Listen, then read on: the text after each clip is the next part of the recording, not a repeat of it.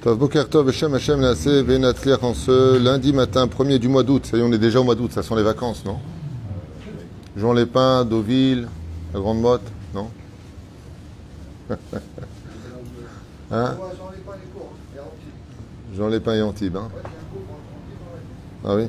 Tov, en tout cas, on est le Dalet d'Atikoujik, du mois de Av, L'Haim Tovim Shalom, Shinskei Yishuot Venechamot. On a un jour ce matin, 1er août, acheté par la famille, Tuile Jérémy et Johanna pour une grande refouach lemach, Lama Merea, Briut Etana, pour Nejma Bat Sultana, une amie de Wal Moshe, Shakut Jbouchou, Varech Ota, Bechol Asherla, et Zrat Hashem Yitenach, Lama Meera, Briut Etana, Bezrat Hashem Ushmot, Tuvot Yeshuot Venechamot. On passera une grande refouach lemach aussi pour Charles David Ben Dvora Chaya, je pense.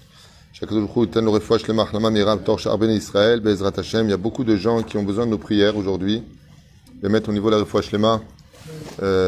Moratimi Akdosha Vateora, Vechen Saratal Batfrat Miriam, Yana Ben Esther, Libracha Botne Sharon, Ayarucham Esther Batrifka, Barou Ben Roussaron Mir Ben Roussofon Mir, Barou Ben Sharon, Shlomo Jean-Luc Ben Zeira, notre ami Asher Salfati Ben Chana Yakar, Isim Nachman Ben Rachel, Odaya Evi Esther Bat Yael, Janine Simira Batalis Aisha, Rachel Batsara, on pensera à Aisha Tsomarat Miriam, non, Joël Miriam Batsara, Michael Ben Sulika, Najbavat Sultana, Bechol, Chole Israël, Bechol Atar Beatan, Nutmutmat Kol Mete Israël. On commence notre shiur, Bezrat Hashem, en espérant qu'elle apporte beaucoup de joie et beaucoup de simcha. Vous savez que dans les midot que nous avons, il y a une mida qui est malheureusement synonyme de toutes les maladies.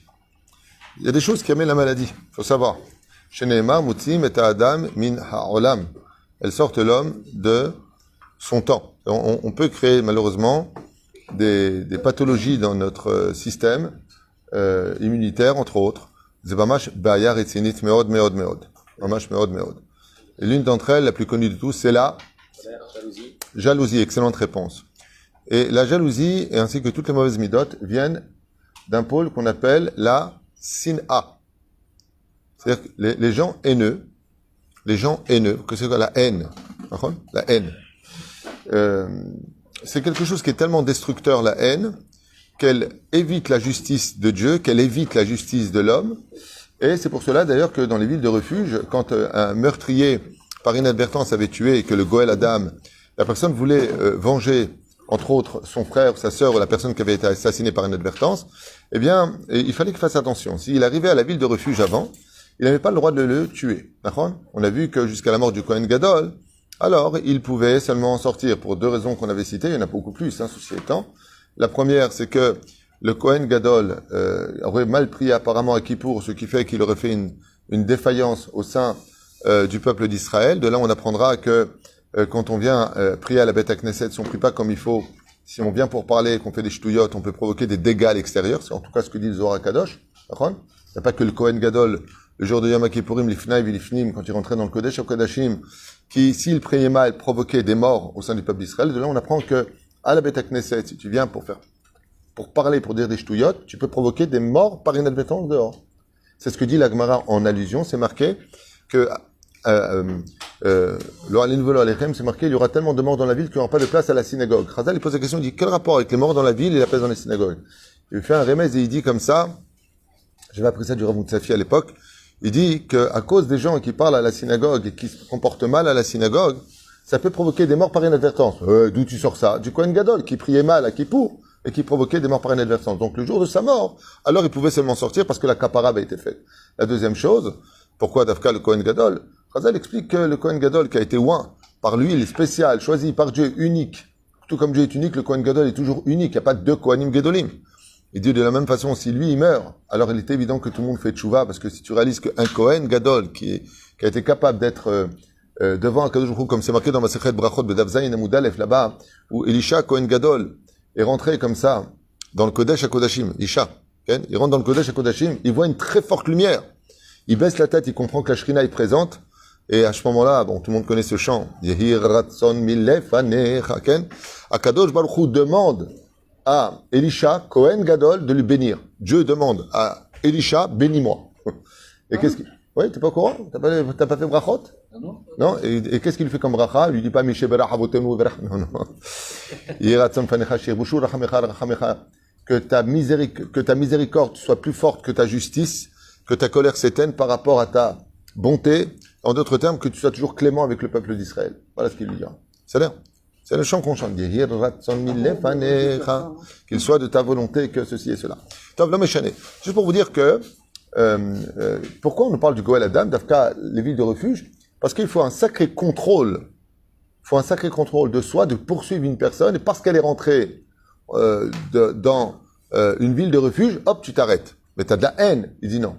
Si tu tues une personne parce que la Torah te le demande, c'est Marloquet, dans Maseret Makot, à savoir, est-ce que le Goël a la mitzvah de le rattraper, de le tuer, ou est-ce que il a c'est stam pour lui faire peur? Est-ce qu'il y a un côté psychologique dans l'histoire, ou pédagogique, ou est-ce que c'est vraiment une mitzvah pour lui? Marloquet, hein, c'est pas aussi simple que ça. Mais il y a une chose que l'on constate, c'est que si le Kohen Gadol est mort, le mec il sort, ça y est. Et alors, et le Goël Adam, c'est-à-dire celui qui veut venger la mort de son frère, qui a été tué par inadvertance parce qu'il n'a pas pris les mesures de sécurité nécessaires, il le voit, lui dit bonjour. Je lui dis bonjour. Je vais te tuer, je vais t'éclater. Hein? Et non, pourquoi? Parce qu'on voit que la Torah nous demande de gérer nos émotions. Tu dois gérer tes émotions. Tu dois absolument gérer toutes tes émotions. Qu'est-ce qui a détruit le temple? Il a fait Tzaddik Yakar. À ton mariage, Sinat Rinam. On a vu que la haine gratuite, pourquoi est-ce que les PN c'est un gros problème et que tu t'en sors pas avec eux? Parce que ce sont des gens qui ont une haine qui est gratuite. Ils te font du mal pour rien, c'est gratuit. Hein? Oh, professeur dit il n'y a pas de haine gratuite, donc il n'y a pas d'Amalek. Ah, c'est pas gratuit. Alors j'écoute. Pourtant, la Gemara dit Sinat Rinam. Non. Zegvarlo. Non. Mais je t'écoute, pourquoi il n'y a pas de haine gratuite? Intéressant. Parce que la haine est toujours motivée par quelque chose. Donc, je voudrais que tu me donnes une réponse, s'il te plaît, en public, puisque des millions de personnes te regardent. Peux-tu m'expliquer pour quelle raison Hitler a lancé son génocide sur 6 millions d'innocents? Je voudrais juste une réponse. Qu'est-ce qu'on a fait à l'Allemagne, à Hitler et aux antisémites dans le monde?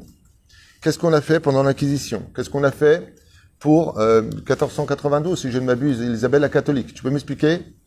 Qu'est-ce qu'on a fait en 1498, expulsion des Juifs du Portugal?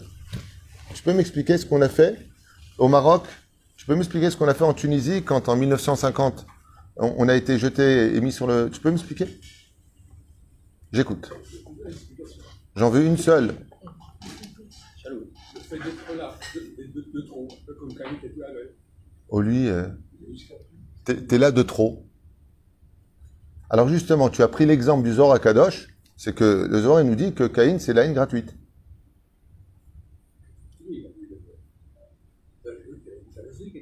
Il y a une jalousie, mais alors donc, j'ai bien compris, j'ai compris ce que tu es en train de dire. En d'autres termes, ce qu'il est en train de dire, c'est, comme tu as épousé une femme qui est belle et la mienne, elle est hlikam chouma, donc j'ai une raison de te haïr pour te tuer et prendre ta femme. C'est ça que tu es en train de dire. Il n'y a aucune motivation, la haine chinam. Tu passes dans des endroits aujourd'hui où tu vas avoir des gens qui vont faire des sketchs contre les juifs, alors que les juifs n'auront jamais rien fait. C'est de la pure jalousie. Ah, toi, tu es en train de dire qu'il y a quand même un acte de... Alors, Anilo Maskimitra Shteda, Mamashlo.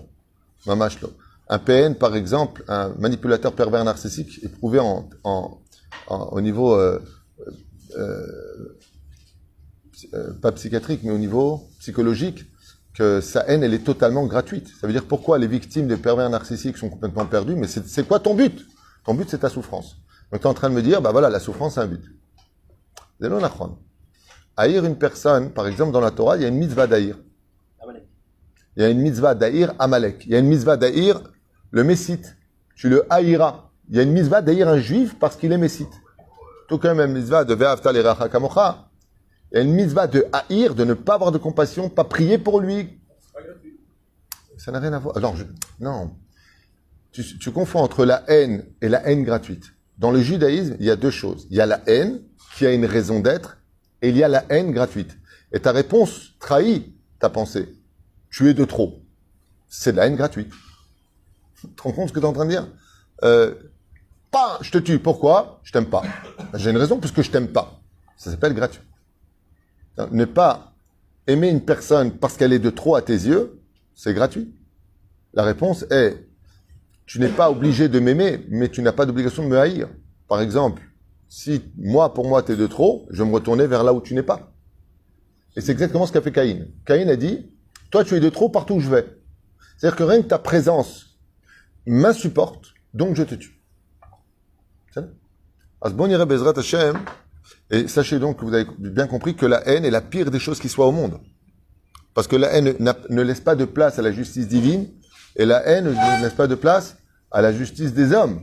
La haine, c'est ce qu'on appelle le dénouement le plus total de toutes les cruautés qui puissent exister, mais pour rien. Pourquoi pour rien? Il y a aussi autre chose qui intervient, c'est que par exemple, une personne t'a fait du mal. Il mérite, allez, je vais aller très loin, une gifle, mais il ne mérite pas que tu meurs. Tu vois ce que je veux te dire? C'est-à-dire que la haine, le problème qu'il y a, c'est qu'elle est disproportionnée dans l'objectivité du problème qu'il y avait à régler. C'est-à-dire, il n'y a pas pire au monde que la haine. La haine, c'est quelqu'un de haineux, c'est quelqu'un qui est pire que toxique. Hein? Amalek, alors, encore une fois, Amalek, tu vois, quand tu as pris l'exemple d'Amalek, j'aurais pu, ok, bon, à la base, pourquoi Eliphaz, machin, Esav, le droit d'aînesse, il a transmis. Mais dans le Tachlès des choses, je t'ai donné un exemple qui, par contre, est prouvé historiquement parlant. Qu'est-ce qu'on a fait? Et quand tu regardes les journaux de 1932 du Reich, quand ils commencent à prendre de plus en plus le pouvoir, hein, eh bien, les Juifs ont l'argent, les Juifs ont les banques, les Juifs sont dans la politique, les Juifs ont le pouvoir, les Juifs. Donc on fait monter une haine. On l'a fait monter cette haine. De jalousie. Alors, ce qu'on a dit tout à l'heure, la base de la jalousie, c'est de la haine. Je donne un exemple. En général, si tu as ton fils et qu'il réussit dans la vie, tu vas avoir de la jalousie. Qu'est-ce que tu vas avoir? Tu vas être heureux pour lui, tu as de la fierté parce que tu l'aimes. Tu comprends la différence? C'est-à-dire que le fait de ne pas avoir d'amour dans le cœur crée de la haine. Ou il y a pire que la haine, ceci étant, il y a pire que la haine. La haine gratuite? Non, il y a pire que la haine gratuite. L'indifférence. Comme ça explique Maran Arav Kook, Rabbi Avraham Yitzhak Cohen Kook, qui dit que l'indifférence c'est pire que la haine. Parce que la haine c'est d'être capable de haïr quelqu'un qui existe, tandis que l'indifférence c'est le voir mort alors qu'il est encore vivant. C'est horrible. L'indifférence, d'ailleurs c'est souvent ce qui se passe dans les couples aujourd'hui, il n'y a plus de haine, il y a carrément de l'indifférence. Ils ne se parlent pas pendant des semaines.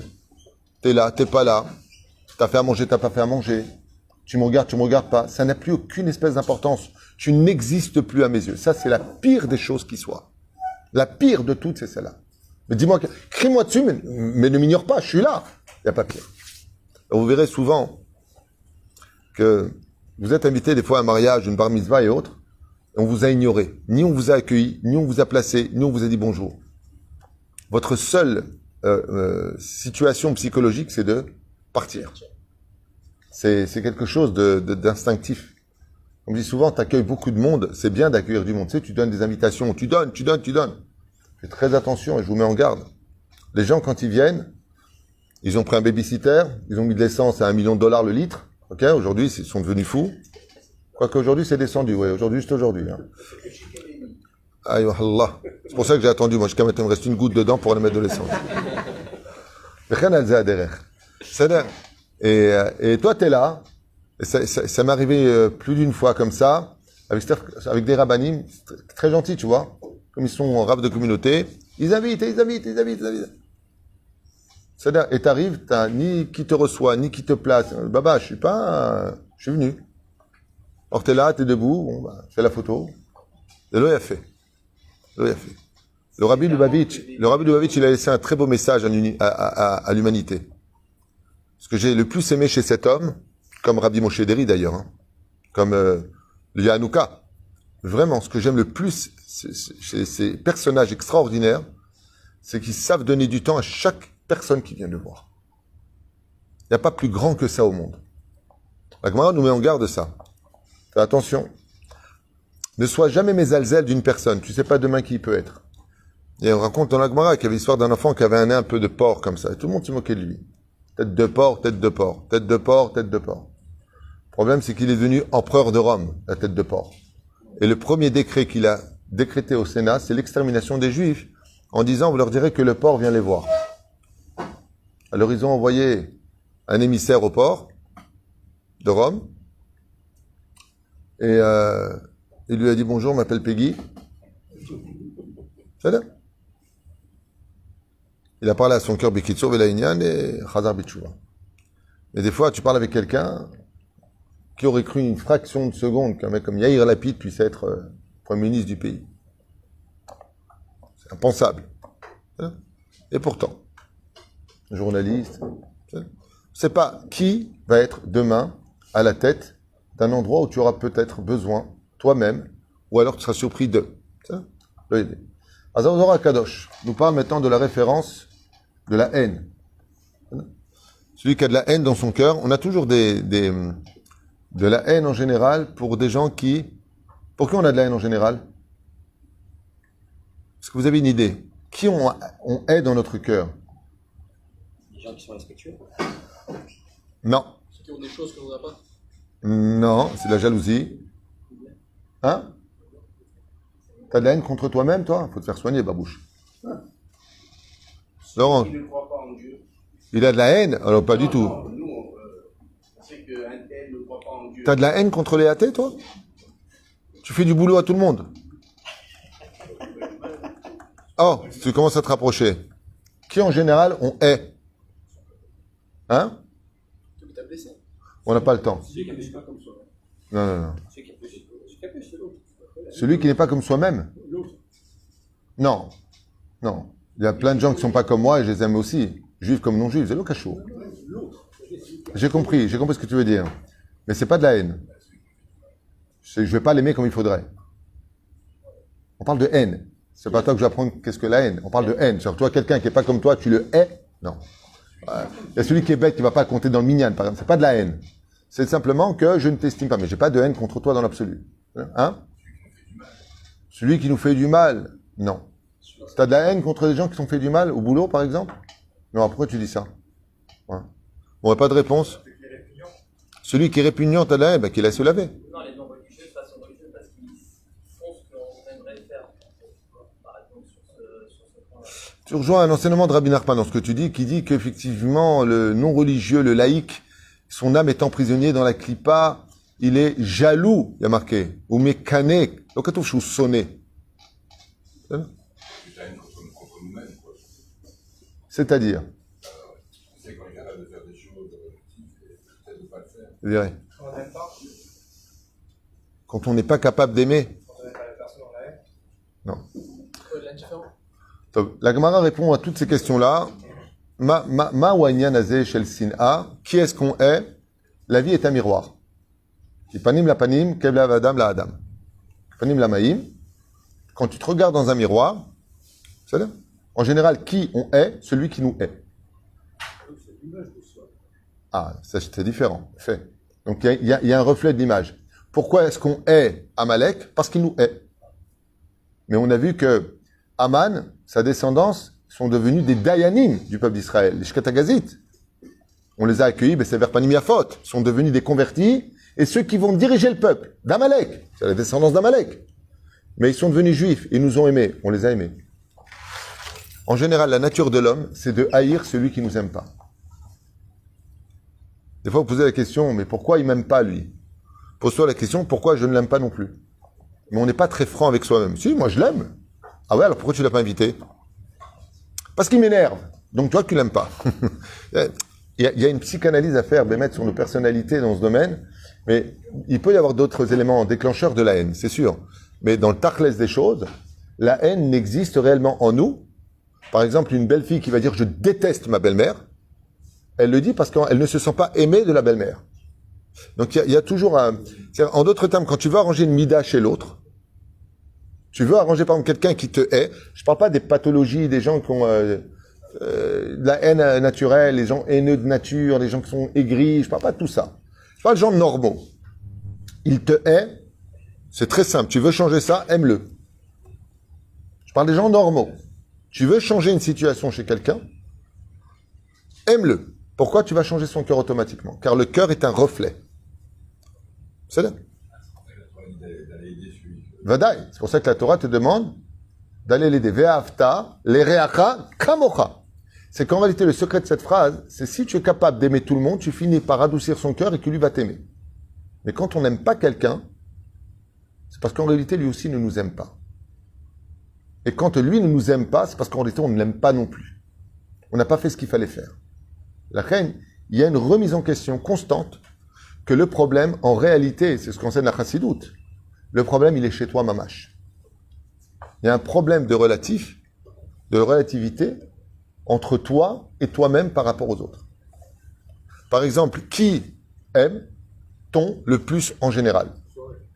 Non. Écoute bien. Oui, tu as raison. L'homme est proche de lui-même. Écoute bien la question que je pose, elle est très très pertinente. Écoute bien. Qui est en général la personne que tout le monde en général aime? Tout le monde aime. Non, je parle au niveau des midotes. Qu'est-ce qu'il faut être pour être aimé vraiment de tout le monde? Il y a une mida particulière. On avait lu ensemble. C'est un cadeau que Dieu lui-même insère dans le cœur des autres. Celui qui produit shalom, qui est shalom. Non, il y a des gens qui détestent leurs parents, je te le confirme. Hein? Bravo. On avait vu ensemble, tu te rappelles? Celui qui est humble, en général, est aimé tout le monde. Les gens qui sont humbles, et ça veut dire quoi, humble? L'humilité, c'est d'être capable de créer un vide dans mon existence pour que toi, tu existes. Les gens humbles sont toujours aimés de tout le monde. Moi, j'étais très choqué de voir, il y a une arabe, Ben Porat Yosef, pour mon épouse, combien cette femme est aimée. Baruch Hashem, j'ai vu combien ma mère est aimée. Ils ont toutes les personnes qui sont réellement aimées, comme le Rabbi Lubavitch, qui était un homme aimé, Rabbi Moshite, c'est tous des gens qui ont une particularité, c'est l'humilité. Hier, j'étais en train de parler avec un bachour, très très beau gosse, Blia Inara pour lui, et il me montre son chidour. Ça, fille mignonne, mais pas plus. Je lui ai dit, t'es Foudel? Il m'a dit, Foudel, c'est pas le chanteur, hein, je sais pas, t'es Foudel? Il m'a dit oui. Je lui ai dit, Lama. Il m'a dit, parce qu'elle est humble, parce qu'elle est midot tovot. Et ça, c'est la plus belle réponse qu'on peut donner. C'est la construction d'un avenir. Quand on est humble, on achète le cœur des gens. Si vous saviez combien on a tout à gagner d'être Anav, ouais, tu veux monter de grade dans une société, fais-toi petit. Vous savez pourquoi? Parce que quand tu te mets en bas, tu laisses l'autre l'opportunité de t'élever. Mais si tu veux être déjà en haut, personne ne peut t'élever. Comment je peux te verser du vin si ton verre est plein? L'humilité, t'as un minouli rabotai. L'humilité, c'est la meilleure façon d'exister. Et quand tu es humble, tout le monde t'aime. Quelqu'un qui aime, tu prends la bombe atomique, qui se la ramène toutes les 2 secondes, et moi, elle peut être belle, hein. Tu as une belle image devant toi, mais elle est insupportable. Parce qu'elle te laisse pas exister, elle te laisse pas répondre. Ce que tu dis, c'est jamais ce qu'il faut. Va crever, ma mouche. Mais quand tu es face à une femme qui est féminine, qui est humble, qui te laisse exister, qui te laisse ta place dans sa vie, maman, ce que tu as envie d'être avec elle. Maman, ce que tu as envie d'être avec elle. Combien d'un coup, ton cœur va battre, tout en ignorant quelque part des aspects extérieurs qui pour toi étaient même importants. Parce que tu peux exister avec elle. On appelle ça la coexistence. La haine gratuite, c'est de refuser l'existence de l'autre dans mon univers. Tu as répondu tout à l'heure, tu es de trop. Mais où? Dans mon univers. Celui-là, tu l'as comme ça, par comme ça. Pourquoi tu me l'as amené lui? Je peux pas le voir. On a des simanines de haine. Comment est-ce qu'on sait si une personne haït une autre personne ou pas dans son dialogue? Donnez-moi un signe, parce qu'on n'a pas le temps, il faut qu'on fasse le Zohar. Un signe. On n'a pas le temps. Hein? Je. Ici, dis-tu. La Gemara nous dit, quand est-ce qu'une personne déteste l'autre? Et c'est un truc de fou. Hein. C'est quand il est plus capable de prononcer son nom. On a vu que le roi Shaoul, quand il dit à Jonathan, son fils, au lieu de dire « Où est David ben Ishai ?» il dit « Où est ben Ishai ?» David, il ne peut pas le dire. Des fois, vous avez... Ah, tu tout, je vais avoir une fille, appelle-la Rivka, Léa, Sarah, Rachel, Lévia, ce que tu veux. Quelqu'un, d'ailleurs, j'ai donné le nom de Lévia à quelqu'un, il lui dit, ah non, c'est pas un nom de tzaddik. Il a juste oublié que Lévia, dans Yecheskel et dans la Torah, c'est le surnom qu'on donne au peuple d'Israël. Lévia, Miyakimunu, Parashat Balak. Le nom d'Israël, c'est Lévia. Donc juste que c'est pas un tzaddik, c'est tout le peuple d'Israël, juste que les gens ils sachent. Et les gens ils parlent pour rien dire des fois, et c'est dommage qu'ils se renseignent pas et posent des questions, au lieu de déblatérer des ch'touillottes. Non seulement c'est un nom de Harichut Yamim, comme disent les Chachamim, tous les noms d'animaux rajoutent de la vie, mais en plus ça le nom de Lévia, qui veut dire lion, c'est le nom que donne Bilam par la bouche d'Hachem, au nom du peuple d'Israël. Lévia mi-akimenu, comme c'est marqué aussi dans Yechesquiel. Juste comme ça, une parenthèse pour les gens, arrêtez de me dire des choses, poser des questions, ce sera plus simple. Avec tout respect que je dois à tout le monde, quoi. Ken? Quand tu es plus capable de prononcer le nom, alors des fois tu dis à une personne, appelle Arifka. Ah non, pas du tout. J'avais une copine à l'école, une fille à l'école, je pouvais pas la voir. C'est-à-dire même d'appeler, mais quel rapport? Qu'est-ce qu'on a à faire maintenant de ta copine quand tu étais au CM2? Ma kécher. Je peux plus prononcer son nom. Et le nom, c'est l'existence. La pire des choses qui soient mondes, c'est Imarchemo, que son nom soit effacé. Quand on n'est plus capable d'appeler une personne par son nom, c'est qu'il faut savoir que c'est une Noura Adouma, c'est une lanterne rouge qui s'allume, qui dit « Hey, t'es arrivé au stade de la haine ». Tant que tu peux prononcer son nom, là vous le verrez, les gens qui sont très en colère contre d'autres personnes, ne me prononcent pas ce nom-là. Hein. Surtout pas. Maman, Makara, à ce point-là, les Pérouches à l'avoir. Rabbi Levitas, on est dans le Zohar Kaidush. Chosa apetach, ve'eva ashid bin chaoben isha ou ben zaracha sin agdola aita miyom shinivra olam. Il dit comme ça qu'il y a une grande haine qui s'est créée au moment même de la création du monde. Lama. Anachash misibat atzat anachash. C'est le premier élément qui a créé la haine, le premier à avoir eu de la haine dans la création du monde, c'est le nachash, le serpent. C'est ça. Bien entendu, tout ça, c'est des termes ésotériques. Hein. On ne va pas persifleur. Salut. Mais pourquoi Dafka le serpent est synonyme de haine? Vous avez remarqué qu'il y a 2 animaux au monde qui tuent sans raison. Il y en a 2. Et ces 2 animaux-là sont les 2 symboles du Gehinam, de l'enfer. Il y a 2 animaux qui peuvent te piquer sans aucune raison. Aucun animal, un lion par exemple qui a mangé, ne va pas se lever et te mordre. Sauf s'il sent un danger, comme une lionne. Tu t'approches de chez le lionceau, elle va t'attaquer. Mais un animal qui va passer, que tout le monde connaît l'histoire de la tortue et du scorpion. Le scorpion devait traverser un fleuve et il n'a pas envie de se noyer. Donc qu'est-ce qu'il a fait? Il a demandé à la tortue de le faire passer. Il lui dit, qu'est-ce que tu es prêt à me payer? J'ai pas envie, toi tu vas me piquer. Il lui a dit, regarde, si tu me montes sur ton dos et que tu me fais passer le fleuve, tu pourras te vanter, dire à tout le monde que toi, tu as eu un scorpion sur ton dos et tu as traversé le fleuve avec. Il dit, ah, c'est une bonne chose à raconter à ses copains. Quand il est arrivé de l'autre côté du fleuve, le scorpion descend de son dos et pique dans le cou la tortue. C'est là.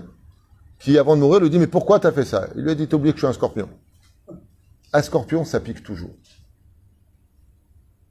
Il n'a pas de raison, il ne va pas te manger. Il a besoin juste de te piquer.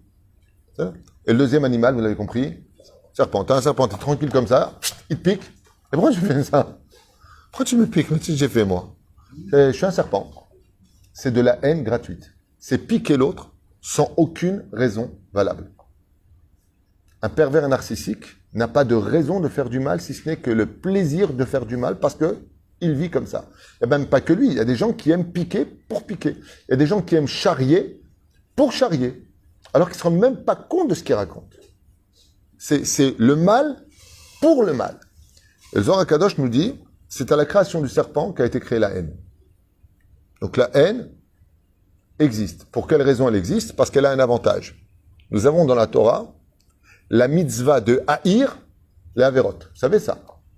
Dans le Tikkun de Rabbeinu Nissim, ou bichlal, dans Timchol et Tislach de Yom Kippourim, Timchol, Tislach, Timchol, on dit ça?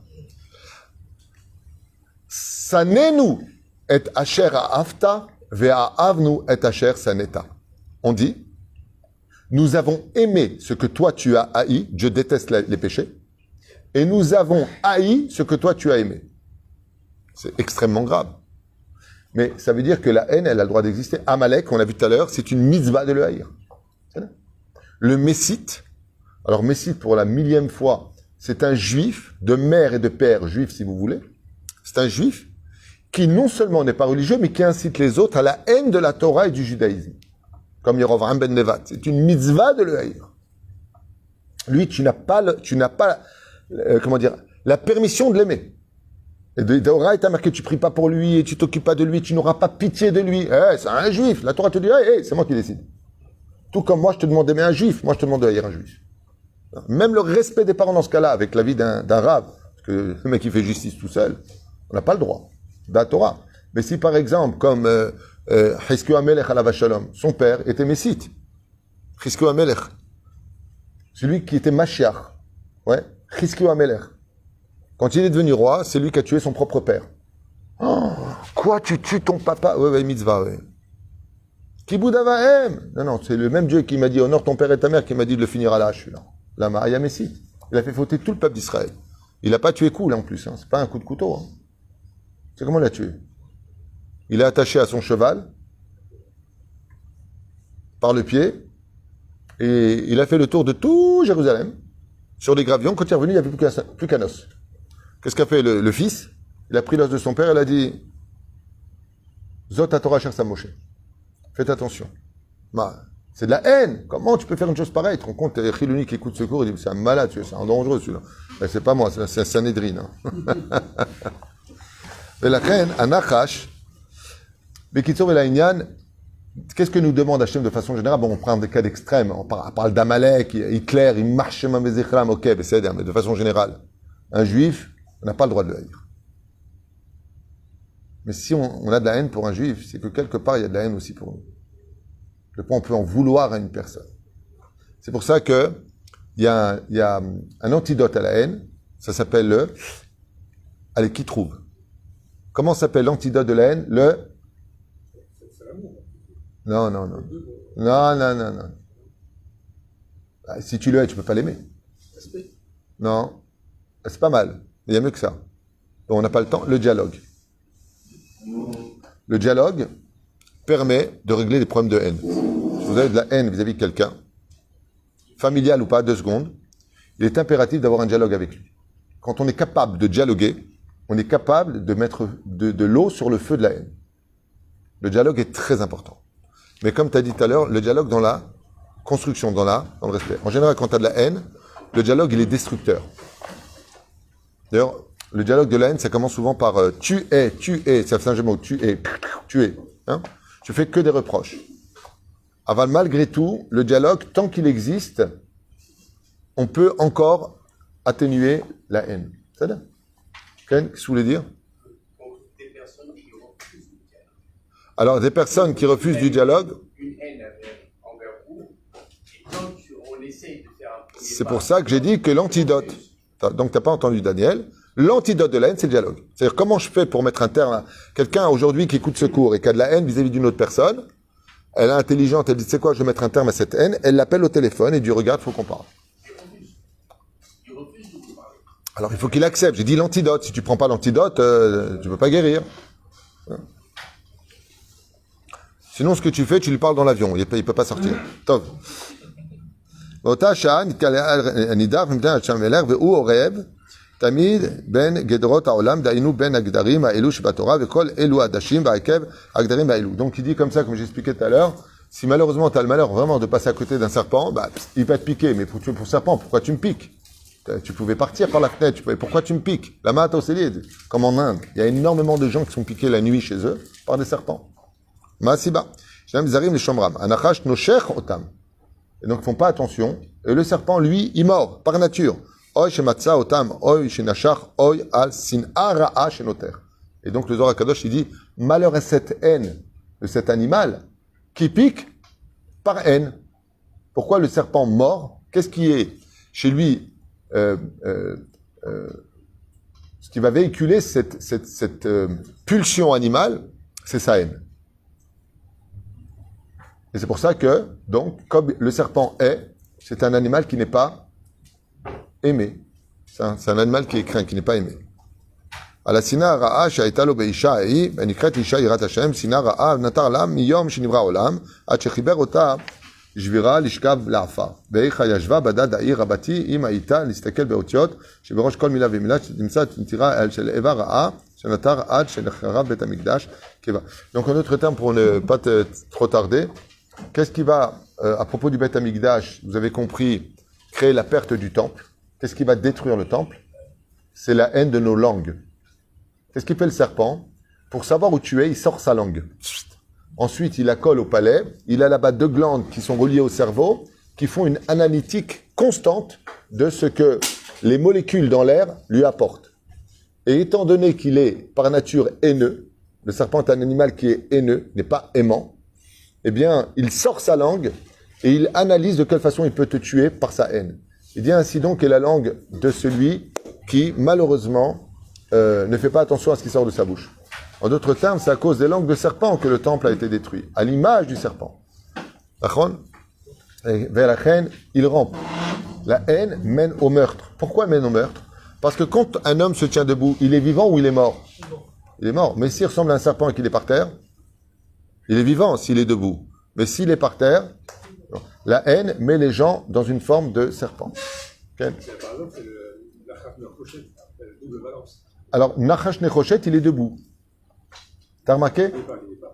Non, c'est ça qui est magnifique. Les serpents dans le désert, qui eux étaient à même le sol, les rampants piquaient. Et qu'est-ce qu'il lui dit à Kadosh Baruch Hu? Sam Nachash al Nes, mets un serpent d'airain sur un bâton. Quel est l'enseignement de cela? Eh bien, tu verras que en réalité, le serpent, quand il se tient debout, chose qu'il ne peut pas faire dans l'absolu, hein, il donne la vie. C'est-à-dire que si ta langue est là pour faire des remontrances à l'autre, pour le construire avec la pédagogie, les mots qu'il faut, de telle façon, est-ce que tu dis, t'as raison, je veux m'améliorer, tu es devenu Nachash Nechochet. D'abord que tu es capable de te tenir debout. Ce qui dérange le serpent, c'est qu'il est rampant. Et étant donné que c'est un rampant, il veut te mettre au même niveau que lui. Donc, qu'est-ce que fait le serpent? Quand il voit un homme qui est debout, et qu'il veut le mettre au même niveau que lui, il le pique. En mourant, il tombe par terre. En tombant par terre, il est au même niveau que le serpent. D'où le fait que la haine attire la haine. Hein? Oh, il a fait méo. Donc, à la base, Dieu a créé le Nachash, et tu as raison de le dire, il était debout. Et c'est après que Dieu lui retire, entre guillemets, les pattes, et donc il se retrouve rampant. On est bien d'accord. Donc, Mashma Mikan, que le serpent a été créé, d'ailleurs, c'était le ministre, il faut savoir, de tous les anges de la création du monde, à la création du monde. Et les Chachamim nous disent que, à la base, le serpent a été créé pour aimer et servir. C'était un serviteur. Mais sa haine était très grande à l'intérieur. Hein? Il n'était pas jaloux que de Chava. Il a été jaloux de l'homme. Pourquoi? Parce que le Zohar HaKadosh nous dit que quand Adam a été créé, les anges, quand ils ont rencontré Adam, ils l'ont appelé Dieu. Ils étaient persuadés qu'il était tellement parfait, tellement rempli de lumière, qu'ils ont dit, oh, Dieu. Et il leur a dit, vous êtes fous ou quoi? Je suis la création de Dieu. C'est-à-dire que même les anges n'ont pas tenu compte de la puissance de Dieu, tellement Dieu est infini, que les anges eux-mêmes n'ont pas été capables de vivre l'infini de la création que Dieu lui-même s'est donné en tant qu'attribut divin. On sait des sujets qui sont très profonds et longs à expliquer, aval qui doivent réveiller chez nous, Bezrat Hashem Tzumet Lev, la Devrim Maël. En tout cas, ce qui est sûr et certain, c'est que le soir, on va faire tout le Zohar, mais le Zohar Kadosh, il nous dit ici que ceux qui ont de la haine font partie du camp du serpent, et ceux qui sont tzadikim, ce sont ceux qui sont humbles. On a vu que la meilleure façon d'être, et je finirai avec ça parce que c'est un enseignement qui est très puissant. Le serpent était très orgueilleux, il se tenait debout, Nachon, prétendant qu'il apportait la vie. Sauf on a vu qu'il avait que de la haine. Qu'est-ce qu'a fait Dieu? Il l'a mis par terre. Qui est par terre en général? Qui est celui qui va par terre? Celui qui est humble. Donc il lui a donné son antidote. Tu veux qu'on t'aime? Tu veux être aimé? On a une promesse de Dieu que celui qui est humble, Dieu met de l'amour dans le cœur de tous ceux qu'il fréquente. C'est-à-dire que tu vas tout le temps l'aimer. Comment? Par l'humilité. C'est-à-dire que si je veux retirer ma haine, parce qu'on peut avoir de la haine, il m'a fait du mal, il m'aime pas, je l'aime pas, la vie est un miroir, on l'a vu ensemble. Mais il y a une façon d'émettre, d'acheter le cœur de tout le monde, et c'est incroyable. Et on a vu dans l'histoire, on a plein d'exemples du Tanakh, plus tu es humble, et plus tout le monde t'aime. C'est une promesse de Dieu. C'est une promesse d'Hachem qui dit, étant donné que tu es humble, pourquoi est-ce que l'humilité, je répète encore cette phrase, qui est tellement importante. L'humilité, c'est de créer l'espace pour que l'autre puisse exister dans ton monde à toi. Donc, en général, tu sors quelqu'un qui t'a invité chez toi à la maison, chez lui à la maison. Tu sors de chez lui, tu as bien été accueilli. Quelle est ta première réaction? Faut qu'on l'invite. Tu m'invites dans mon cœur, je t'invite dans le mien. Tu me fais en la porte de ton cœur, dis-moi, tu m'invites pas, pourquoi tu m'as déjà invité, toi? Et c'est ce qui a été malheureusement le problème, c'est que au lieu de fermer nos bouches et d'ouvrir nos cœurs, on a fermé nos cœurs pour la destruction du temple et on a ouvert nos bouches. C'est exactement ce que fait le serpent. C'est exactement ce que fait le serpent. Il y a Alpisod, il y a tellement de choses à dire sur ça. Alors, vous savez que le cou représente le Beth Amikdash. Le serpent, c'est une tête et un cou qui n'en finit pas. Avec une petite queue à la fin, certes. Le pharaon portait les filets en forme de serpent, dit Midrash. Nachon. C'est pour ça qu'il s'appelle, comment? Pharaon? Peresh Ain He. Pera. Mauvaise bouche. Et comme le serpent, il se fait passer pour un ami. Farer. Bouche tendre. Il parlait avec une bouche tendre, alors que son but n'était que de faire du mal. Et la haine, exactement. C'est pour ça qu'un homme, dans sa vie, doit faire son choix. S'il a de la haine, il appartient aux forces du mal. S'il a de l'amour, il appartient aux forces du bien. Mais si on vraiment veut réussir dans ce monde, il y a deux choses qu'on ne devra jamais laisser tomber. C'est la force du dialogue et la conduite de l'humilité. Sois toute ta vie extrêmement humble si tu veux réussir ta vie. Extrêmement humble. Qui sauf Adam Rima, sauf tu finiras. Et qui c'est qui te mange? Les vers. Tout comme le serpent, il a une force dans la parole, Israël est comparé Tolaat Yaakov, on nous compare ça. Alors imaginez que notre force qui sert à ouvrir notre cœur, c'est avec marqué que les lèvres n'ont pas de peau. Quand tu fais un bisou, tu formes la forme du cœur. Toho Kevaru. Mais à croire et à dire, sois tous, Bezrat Hashem, capables de s'aimer, de s'embrasser, que d'être mon chef Israël, pas les hommes et les femmes. Mais qu'il appelle sa meuf, il faut que je t'embrasse. Ça, c'est une idée, Bezrat Hashem Advarim Haele. Les lèvres sont symboliques du cœur. Il n'y a pas de peau blanche ici. Et quand tu fais un bisou, tu formes le fameux cœur. Enfin, pas tout le monde, il y a des mecs qui ont des bouches, je vais rien dire, mais...